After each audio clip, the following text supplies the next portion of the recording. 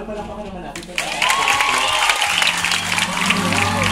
ang pogi niyo talaga yung pangako sa'yo. Parang sa mga nakapanood dati, parang ang daming natin nangarap na minsan maging kaano tayo. Christine Hermoso sa buhay.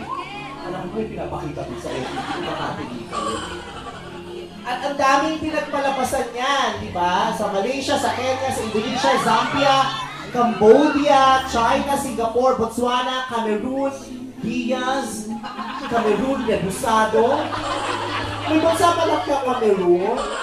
Tingnan mo, ang taray, Cameroon 5.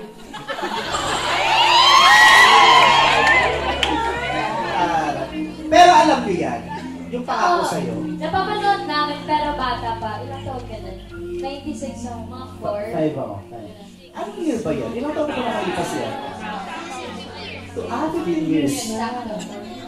So, 4 years na 5 years. Pinapanood sa bahay niyo siguro. Oo. Pinapanood nila mama, ng ate ko. Sikat na sikat yan, yung pangako sa'yo. Yan yata ang ano, yan yata yung peak ng career ni Jericho at saka ni Christine Hermosa. Pinanood niyo ulit ngayon na kayo nang gagawa? O hindi? Tinanong namin yung mga director namin kung kailangan ba namin panoorin. Oo. Eh sabi niya, okay lang naman, pero baka kasi makuha niyo kung ano ginagawa. Kailangan ibang taste na yung ipakita ninyo. Medyo iba. Yung Katniel na naatake.